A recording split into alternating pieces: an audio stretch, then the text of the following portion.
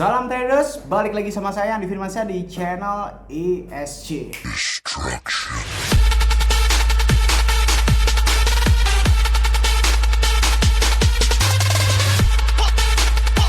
Oke, kali ini kita akan membahas sebuah berita ya yang dimana cukup tenar di kalangan cryptocurrency ya, di kalangan trader dan sebagainya, yaitu tentang Indodax digugat. Ya kan, Indodax itu digugat Amerika Serikat diduga simpan Bitcoin curian. Nah, di sini nih banyak sekali polemik-polemik yang terjadi, banyak sekali kesalahpahaman masyarakat yang akan menimbulkan sebuah persepsi tentang kesalahpahaman berita yang sebenarnya gitu. Jadi sebenarnya itu apa sih yang sebenarnya terjadi gitu kan ya? Mari kita bahas di dalam video ini. Tapi sebelum itu jangan lupa klik like, comment, and subscribe ya. Logikanya kalau misalkan kalian nggak subscribe, ngapain saya buat video lagi? Nah, diliput dari berita blockchain media yang dimana di sini diberi judul Indodax dan Sapo digugat di Amerika Serikat diduga simpan Bitcoin hasil curian. Sapo itu adalah semacam seperti Indodax juga tapi di negara lain gitu ya. Jadi Sapo itu adalah market. Kalau misalnya nggak tahu, Sapo itu adalah market. Nah, di sini definisi diduga ya, masih diduga.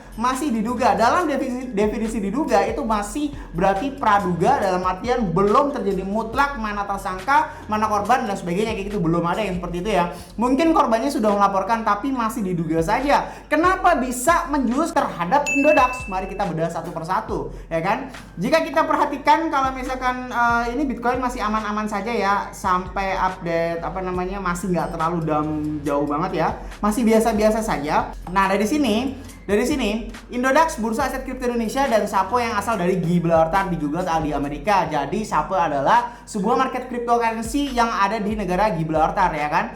Nah, atas tuduhan menyimpan Bitcoin hasil curian, penggugatnya adalah Dennis Nowak. Dennis Nowak ini mungkin sejenis paus ya, karena dia mempunyai lebih dari 500 Bitcoin ya kan. Indodax disebut menyimpan 479,69 Bitcoin atau kurang lebih 65 miliar dengan harga saat ini ya, satu Bitcoinnya kurang lebih 137 juta atau sampai 140 juta itu tadi. Nah, langsung ditanggapi sama CEO Oscar Darmawan, oke? Mengatakan kepada blockchain media hari ini bahwa pihaknya sedang mendalami gugatan itu. Nah, si Oscar ngomong nih, Indodax adalah perusahaan yang sudah memiliki lisensi sebagai bursa aset kripto di Indonesia dan tunduk pada peraturan hukum Indonesia. Kami menerapkan KYC yang ketat, jadi kalau benar ada transaksi yang mencurigakan dan diminta oleh pihak yang berwajib, pasti kami akan membantu penyelidikannya, tegas Oscar melalui pesan singkat. Nah, jadi yang dimaksud yang si Oscar ini ngomongnya bahwa si Indodax ini semuanya ketat ya, ketat banget karena menerapkan KYC. Walaupun saya sudah sedikit kecewa ya, karena dulu Indodax itu hanya bisa diakses oleh Indonesia kalau nggak salah saya ya. Sekarang ini udah bisa diakses oleh orang-orang luar negeri gitu kan ya, makin memungkinkan arbitrase ya kan ya, namanya juga menerbangkan sayap ya, tidak ada yang salah. Tapi harusnya di Indonesia itu ada market yang benar-benar khusus Indonesia dan tidak bisa know your customer yang dimana ngirim KTP, data-data diri dan sebagainya gitu ya.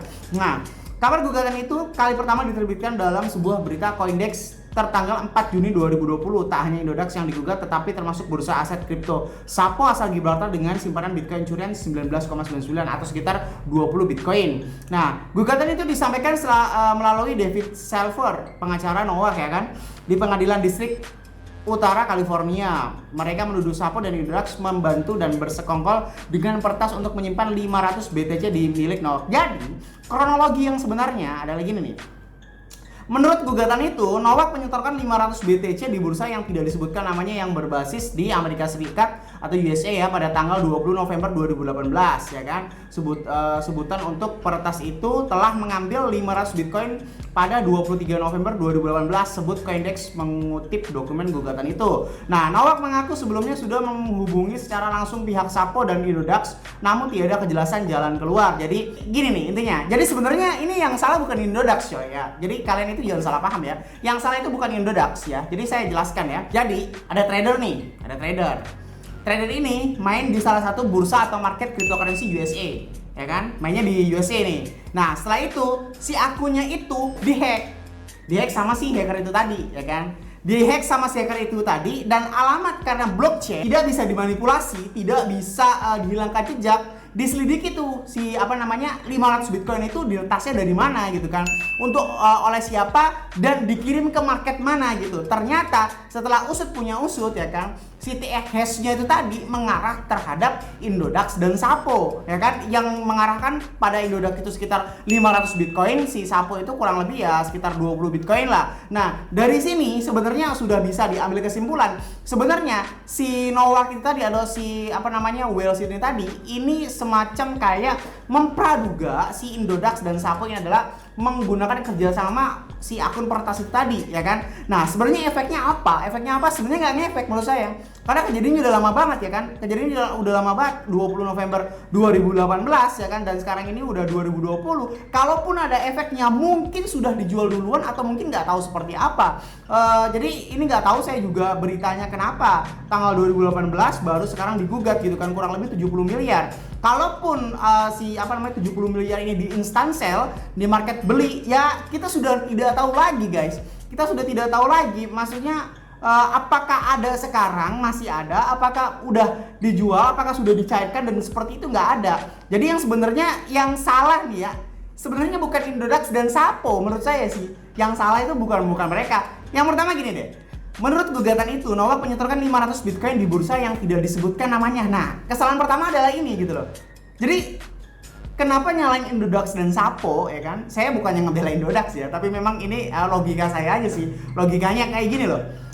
Dia main di sebuah market, taruhlah market A gitu kan. Nah, si market A itu berhasil diretas, alias berhasil dihack. Terus salah siapa gitu kan? Keamanannya berarti nggak aman dong si market itu, berarti keamanannya kurang dong, berarti si hacker itu lebih pintar daripada market itu dong, dan itu menyebabkan bahwasanya persepsi market yang di Amerika Serikat itu tadi adalah tidak aman. Yang sebenarnya patut dicurigai adalah orang dalam sih menurut saya, orang dalam di market tersebut, bukan si peretas itu tadi. Jadi hacker tidak akan pernah bisa berhasil ketika tidak ada kerjasama atau tidak ada kunci sedikit untuk membuka si pintu itu tadi gitu. Kalau nggak ada clue-cluenya, mungkin hacker itu nggak mungkin sanggup meretas sebuah blockchain atau cryptocurrency gitu kan. Jadi pertama yang salah adalah menurut saya si market Amerika Serikat itu tadi itu, kenapa pertahanannya begitu sangat lemah hingga sampai berhasil mampu dihack oleh yang katanya adalah pemain Indodax Indodax dan Sapo ya. Kalau misalnya Sapo kan masih masih sekitar 20 Bitcoin lah, masih nggak terlalu banyak. Tapi kalau misalnya di Indodax juga nggak terlalu banyak juga sih, kurang lebih hanya sekitar 70 miliar.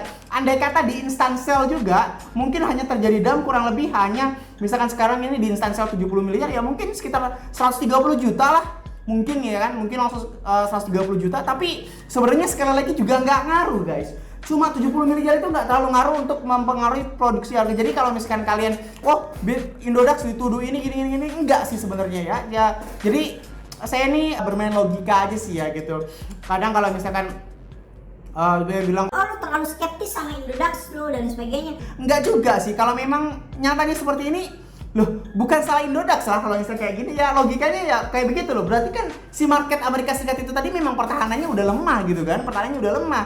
Jadi ya masa iya sih nyalain Indodax gitu kan, dan Indodax juga bukan terkirim juga ke individual gitu kan, bukan ke wallet atau dompet si Indodax itu tadi gitu kan, tapi di salah satu akun yang bermain Indodax dan Sapo. Jadi si 500 Bitcoin itu tadi akan diretas oleh hacker yang mempunyai akun di Indodax. Habis itu si 500 Bitcoin itu tadi dipindahkanlah ke Indodax. Maka dari itu si Nowak ini tadi kan menyelidiki kemanakah 500 Bitcoin saya itu tadi. Ternyata diselidiki masuk ke dalam address yang di ruang lingkup Indodax. Jadi sebenarnya yang salah bukan Indodax atau Sapo gitu kan. Makanya Oscar Darmawan pede-pede aja lah. Kalau misalnya kayak gitu ya bukan salah Indodax dong. Berarti kan Indodax kan hanya menyediakan platform digital yang bisa dimiliki oleh semua orang asal dia KYC gitu. Tapi di sini ya KYC Indodax ini menurut saya masih sangat-sangat lemah menurut saya, karena dia hanya menggunakan foto, tidak menggunakan sensor live dan lain sebagainya, enggak.